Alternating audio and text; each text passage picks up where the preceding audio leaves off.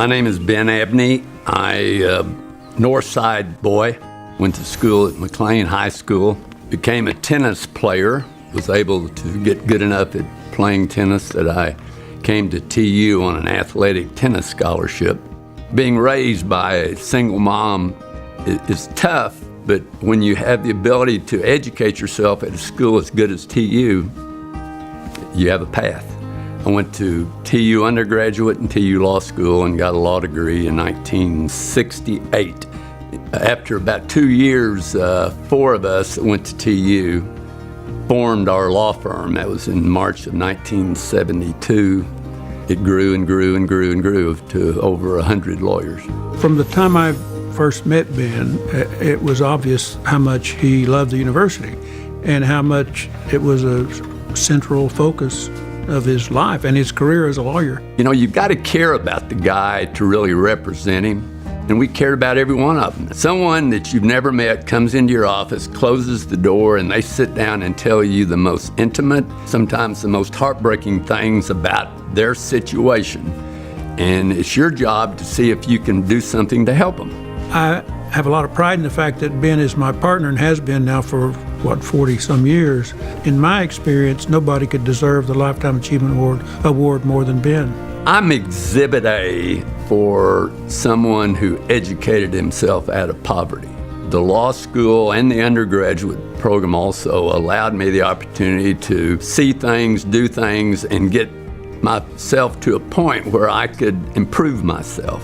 I'm not here so much as Ben Abney. I'm really an extension of Riggs Abney, and I think that's the reason I'm getting this award. Here's what you're going to find practicing law. The lawyers who are civil, professional, okay, high degree integrity, always take the high road, and more important than anything else, always be prepared. They're going to be the most successful. The interesting thing about being a trial lawyer, you walk into the courtroom, you are a bundle of nerves. You're always going to be nervous, and I'm going to tell you why. When the day comes that you're not nervous, you need to get out of the business, because that's when you find out you're prepared. You know, I was born in a little town in Mississippi called Mound Bayou, Mississippi, a town of about 3,100 people, and I actually grew up on a farm.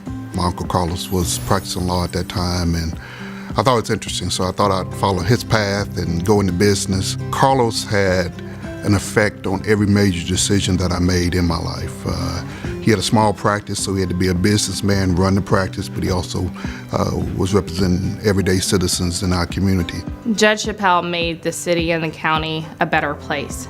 He influenced not only his immediate family, but his church community, but the legal community, by the way he treated people, by the way that he practiced law, and the way he represented the court and the Tulsa County Courthouse. You know, Judge Chappelle was not one to scold. I think that he believed in positive influence, positive outlook on life, and I think that if you talk to any one group of young men that came to see him in his courtroom, I think he was always positive about, you can do this. When he looked at you and he listened to you, he listened to you. And that's all you can ask of a judge. He embodied what a judge should be. I was extremely lucky to practice in front of him.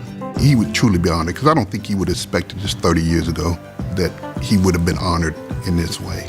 He did have a legacy that will outlive him and hopefully inspire other young lawyers, minority lawyers, and lawyers in general to aspire to be what he was, a good lawyer, a great judge, and a good person.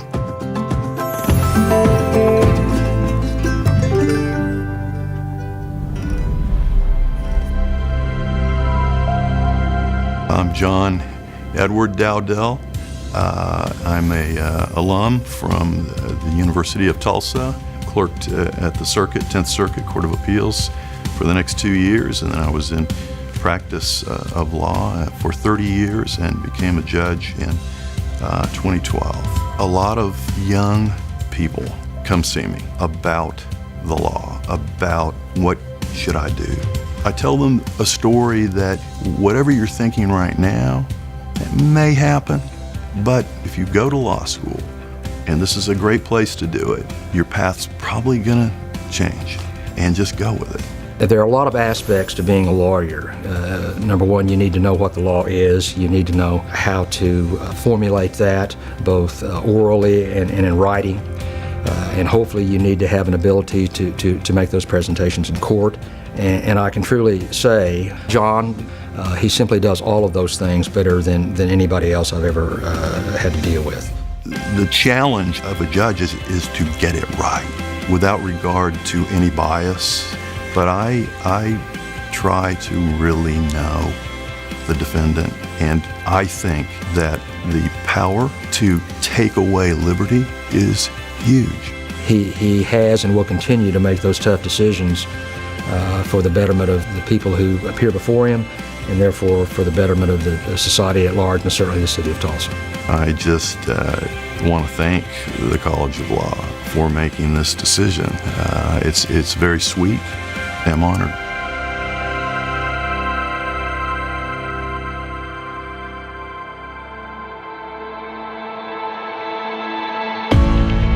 I am Kathy Taylor. I am a lawyer by training, but I entered public service as Secretary of Commerce, Tourism, and Workforce Development with Governor Brad Henry, and then had an idea that I should run for mayor, and I did, and served the city as mayor, and then returned to state government to really follow my passion, that is to serve as Chief of Education Strategy for Governor Henry. Well, I've always wanted to use my background and my training to make a difference, and that's been, I think, the most rewarding thing over the last decade, working with our family foundation, and now watching Elizabeth take that foundation and our focus on entrepreneurship to heights that I would have never imagined a decade ago. I'm Elizabeth Ellison.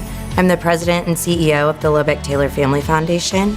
I went to OU for undergraduate and law school. My family asked me temporarily to take over the foundation. I started and just completely fell in love with it. It's the best parts of analyzing policy, studying strategy, and then you also get the counseling side of getting to meet with people and talk to people who need help and really desire to help. When actually Elizabeth came to me with Dean Levitt and said, we have a need at the law school, and it seemed to fit perfectly with our backgrounds, and helping to teach the next generation of lawyers that it's not just about making a living, it's about making a difference. From the education perspective, I mean, what they are helping to do is train the next generation of lawyers who will be civically engaged and who will care about social justice and who will buy into the mission of improve and enhance the quality of life for every Oklahoman, not just the Oklahomans who have resources. I am very honored to be inducted in the TU College of Law Hall of Fame, and it's a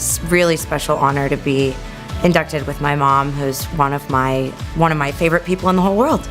Well, it's an amazing group of people that have been inducted and that are in this class, and again, a great university. So I'm honored that I was chosen, and it's exciting to be chosen with someone, with the group that I really admire, but with someone I particularly admire, and that's my awesome daughter.